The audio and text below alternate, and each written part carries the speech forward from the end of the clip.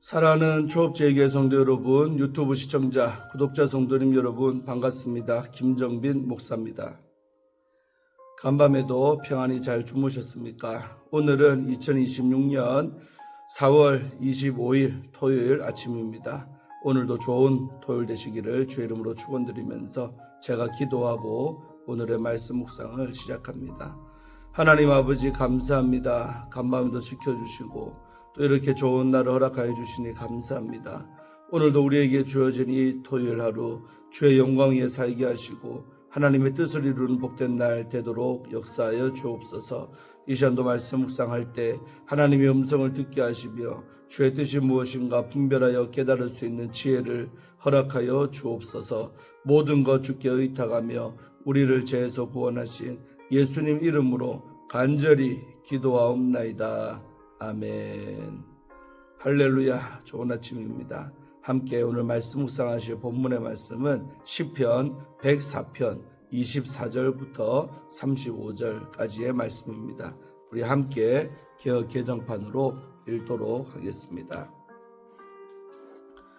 여호와여, 주께서 하신 일이 어찌 그리 많은지요. 주께서 지혜로 그들을 다 지으셨으니 주께서 지으신 것들이 땅에 가득하니이다. 거기에는 크고 넓은 바다가 있고 그 속에는 생물 곧 크고 작은 동물들이 무수하니이다. 그곳에는 배들이 다니며 주께서 지으신 리워야단이 그 속에서 노나이다. 이것들은 다 주께서 때를 따라 먹을 것을 주시기를 바라나이다. 주께서 주신즉 그들이 받으며 주께서 손을 펴신즉 그들이 좋은 것으로 만족하다가 주께서 낯을 숨기신즉 그들이 떨고 주께서 그들의 호흡을 거두신즉 그들은 죽어 먼지로 돌아가나이다. 주의 영을 보내어 그들을 창조하사 지면을 새롭게 하시나이다. 여호와의 영광이 영원히 계속할지며 여호와는 자신께서 행하시는 일들로 말미암아 즐거워하시리로다. 그가 땅을 보신즉 땅이 진동하며 산들을 만지신즉 연기가 나는도다. 내가 평생토록 여호와께 노래하며 내가 살아있는 동안 내 하나님을 찬양하리로다. 나의 기도를 기쁘게 여기시기를 바라나니 나는 여호와로 말미암아 즐거워하리로다. 죄인들을 땅에서 소멸하시며 악인들을 다시 잊지 못하게 하시리로다. 내 영혼아 여호와를 송축하라. 할렐루야. 아멘. 네, 오늘 본문 말씀 먼저 주의할 때 은혜 받으시기를 바랍니다. 자, 오늘 24절 한 절 말씀은 창조 세계에 드러난 하나님의 충만함이 나오고 있습니다. 24절은 피조 세계를 바라본 후의 반응으로 하나님이 행하신 일이 풍성함을 경탄하며 시작됩니다. 시인은 창조의 다양성과 충만함을 하나님이 지혜로 이루신 질서로 인식을 합니다. 주께서 그들을 다 지으셨다라는 고백은 창조의 주체가 오직 하나님 한 분임을 분명히 하며 모든 피조물을 하나님께 돌립니다. 여기서 말하는 지혜는 세계의 구조와 생명의 공급, 삶의 영역과 시간의 질서를 함께 아우르는 이 창조의 원리입니다. 이 고백은 창조 세계 전체를 하나님의 지혜 안에서 이해하도록 이끄는 지혜 전통의 신앙적인 성찰을 보여줍니다. 자, 다음으로 25절과 26절 두 절의 말씀은 바다와 그 안에 거하는 피조물들이 나오고 있습니다. 25절은 크고 넓은 바다를 하나님의 창조 사역이 펼쳐지는 공간으로 제시합니다. 전통적으로 바다는 혼돈과 위협의 영역으로 인식이 되었지만 본문은 그 바다를 하나님의 질서 안에 편입된 피조 세계의 일부로 바라봅니다. 그 안에 무수한 크고 작은 생물들이 살아간다는 묘사는 혼돈의 공간마저 생명이 거하는 자리로 전환되었음을 보여줍니다. 이는 무질서로 여겨지던 영역까지 하나님의 지혜와 돌보심 속에 포함되어 있다는 고백입니다. 26절은 바다 위를 오가는 배들의 모습을 통해 한때 위협적인 공간으로 인식되던 바다가 하나님의 질서 안에서 안정된 영역이 되었음을 보여줍니다. 리워야다는 혼돈을 상징하는 신화적인 존재지만 여기서는 하나님이 지으신 피조물로 제시가 됩니다. 이는 혼돈을 상징하던 존재마저 하나님의 질서와 통제 아래 있음을 분명히 합니다. 바다는 인간의 활동과 피조물의 삶이 함께 이루어지는 자리로 하나님의 창조 질서가 작동하는 공간으로 그려집니다. 다음으로 우리 27절부터 30절 넉절의 말씀은 생명을 주시고 거두시는 하나님의 영이 나오고 있습니다. 27절은 리워야단까지 포함하는 모든 피조물이 하나님이 주시는 먹을 것을 기다리며 살아감을 고백합니다. 이는 생명을 유지하는 것이 하나님의 돌보심에 전적으로 의존해 있음을 드러냅니다. 하나님은 각 존재에게 적합한 자리와 때에 그의 삶을 적합한 자리와 때에 그의 삶을 유지할 수 있도록 돌보십니다. 즉 시인은 이러한 공급을 통해 하나님이 지혜로 세상을 질서 있게 다스리심을 찬양합니다.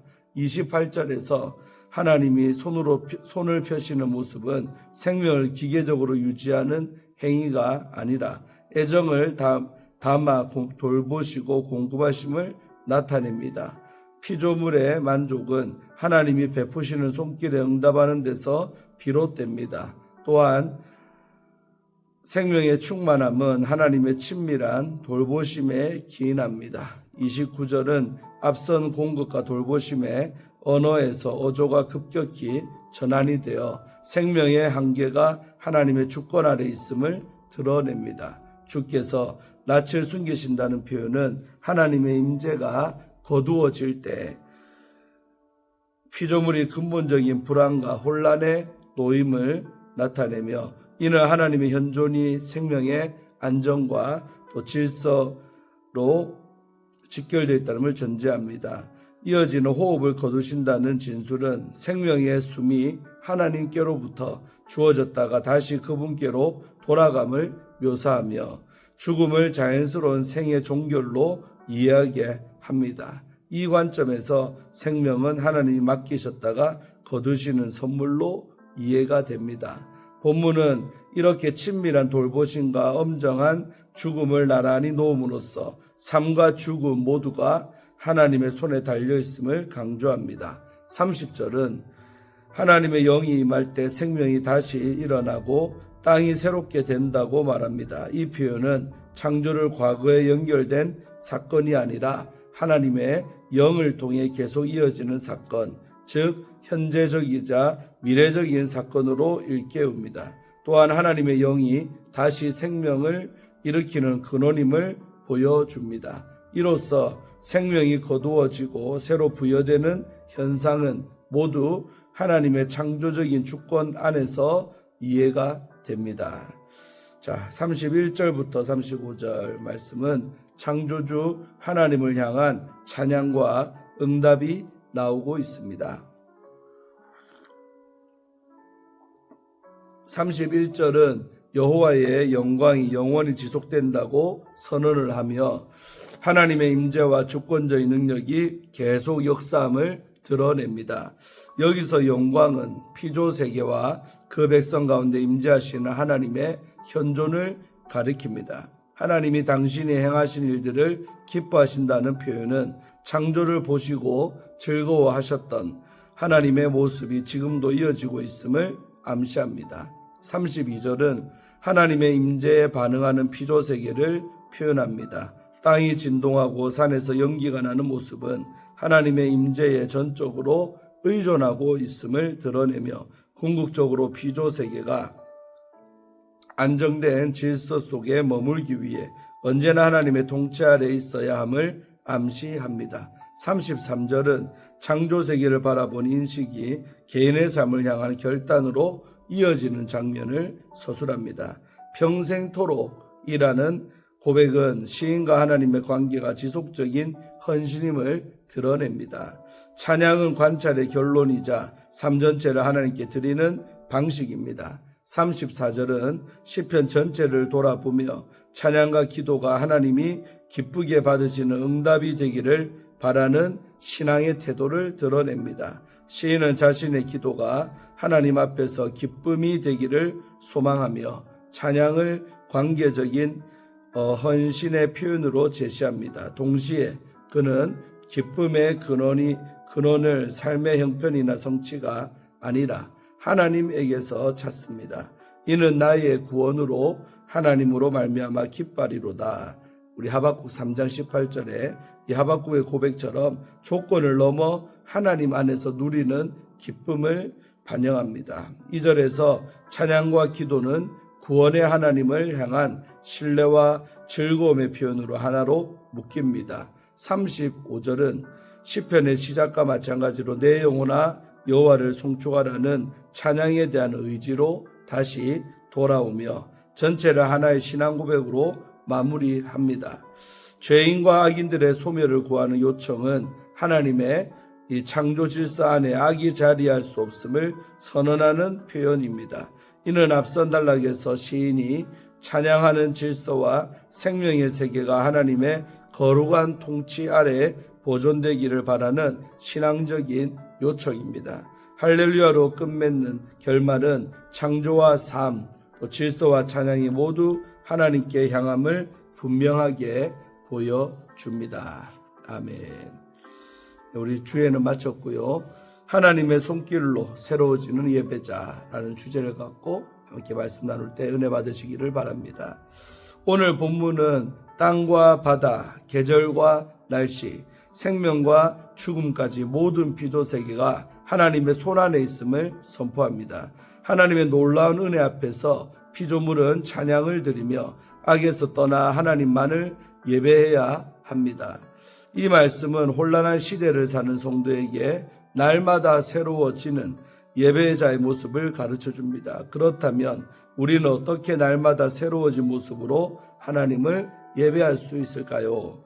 먼저 세상에 담긴 하나님의 지혜와 풍성함을 바라보아야 합니다. 시인은 하나님이 지혜로 만물을 지으시고 풍성하게 채우셨다라고 고백합니다. 하늘과 땅, 계절의 흐름과 생명의 질서는 우연히 굴러가는 체계가 아니라 창조주 하나님의 지혜가 스며든 결과입니다. 또 시인은 인간이 다 헤아릴 수 없는 바다의 깊은 곳까지 하나님이 생명으로 채우셨다라고 노래합니다. 특별히 그는 사람에게는 두려움의 대상인 큰 바다의 짐승조차 하나님이 지으시고 다스리시는 피조물이라고 고백을 합니다. 이 고백은 크고 복잡한 세상의 존재가 하나님이 살아계심을 증명한다는 믿음의 선포입니다. 사랑하는 성도 여러분, 예배자로 살아가는 성도는 세상을 우연이 아닌 하나님의 손길이 드러난 자리로 바라보아야 합니다. 우리는 때로 수많은 정보와 사건의 소음 속에서 혼란에 빠지지만 하나님은 지금도 지혜로 만물을 붙드시고 우리가 알지 못하는 깊은 곳까지 질서 있게 채우시며 뜻을 이루어 가십니다. 그러기에 우리는 혼돈해 보이는 세상 속에서도 일하시는 하나님을 찬양하며 경외하며 예배해야 합니다. 다음으로 피로를 채우시는 하나님을 신뢰해야 합니다. 오늘 본문에서 시인은 모든 피조물이 때를 따라 양식을 주시는 하나님을 바란다고 고백합니다. 하나님이 손을 펴시면 피조물은 각기 좋은 것으로 배부르게 먹게 되지만 하나님이 얼굴을 가리시면 그들은 떨고 또 숨을 거두게 하시면 흙으로 돌아갑니다. 사랑하는 성도 여러분, 시인의 고백은 삶의 자리에서 우리가 어떤 예배자로 서야 하는지를 가르쳐 줍니다. 우리가 숨을 쉬고 일하고 또 음식을 먹고 밤에 잠들 수 있는 것은 하나님이 우리 삶의 피로를 은혜로 채우셨기에 가능한 일입니다. 그러므로 성도는 자신에게 주어진 삶을 당연한 것으로 여기는 사람이 아니라 일상의 모든 순간을 하나님의 선물로 받아 감사하며 드리는 예배자로 살아가야 합니다.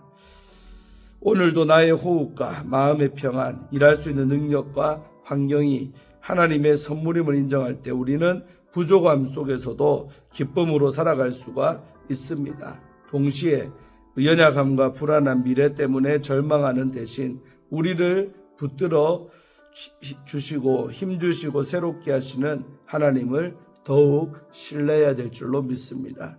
마지막으로 하나님의 기쁨이 되는 삶을 사모하며 죄를 애통해야 합니다. 시인은 여호와의 영광이 영원하다라는 고백과 함께 하나님이 하시는 일이 하나님께 기쁨이 된다라고 말합니다. 또 하나님의 선하신 창조와 풍성한 공급을 거스르고 더럽히는 죄인과 악인이 더 이상 이 땅에 있지 않기를 구하고 있습니다.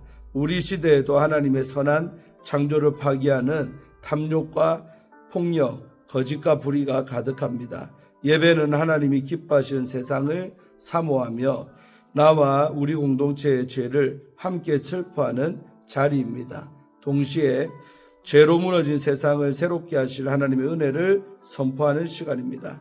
우리는 여전히 연약하지만 우리의 삶이 하나님께 기쁨이 되기를 소망합니다. 죄를 가볍게 여기지 않고 그리스도의 은혜 안에서 거룩을 향해 한 걸음씩 나아가는 예배자가 되시기를 기도드립니다.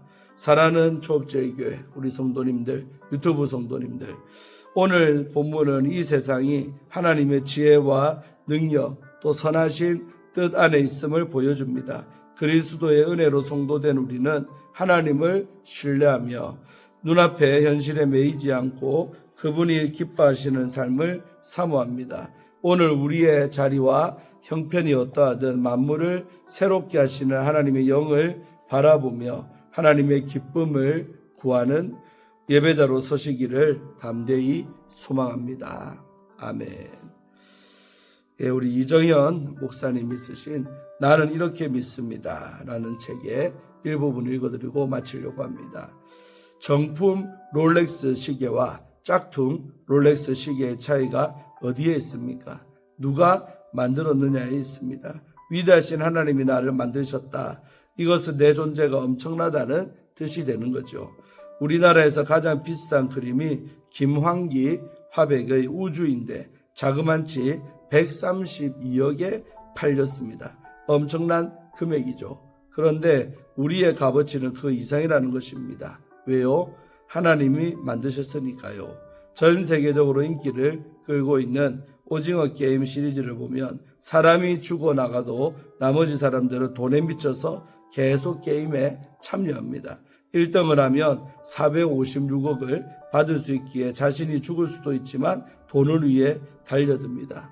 여러분, 우리는 456억으로 환산할 수 있는 존재가 아닙니다. 하나님이 만드셨기 때문입니다. 우리는 하나님의 작품이기 때문입니다.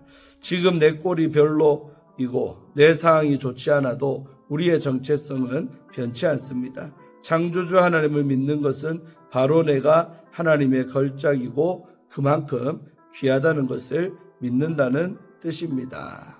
아멘. 아주 의미심장한 글이었습니다.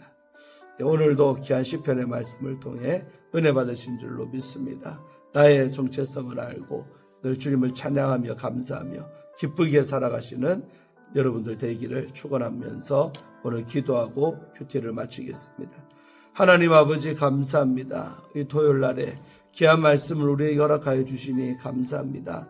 주어진 귀한 말씀 나에게 주신 레마의 말씀으로 받고 늘 감사하며 살아가는 예배자로서의 삶을 살아드리는 우리가 다 되게 하여 주시고 온 우주 만물과 바다까지도 그 속에 있는 모든 생물까지도 우리 하나님이 다스리시고 그 질서를 유지하고 계시는 분이 하나님이시고 생명의 근원이 우리 하나님이심을 고백할 때 우리가 든든합니다. 우리 마음에 늘 주관주시는 평강이 넘쳐나게 하시고 생명조차 하나님이 주관하신다는 것을 믿을 때 우리는 죽음도 두려워하지 않는 그런 담대한 신앙인들이 될 줄로 믿습니다. 성령으로 역사하시고 우리 가운데 늘 함께하여 주옵소서. 모든 것 주께 의탁하며 예수님 이름으로 간절히 기도하옵나이다. 아멘.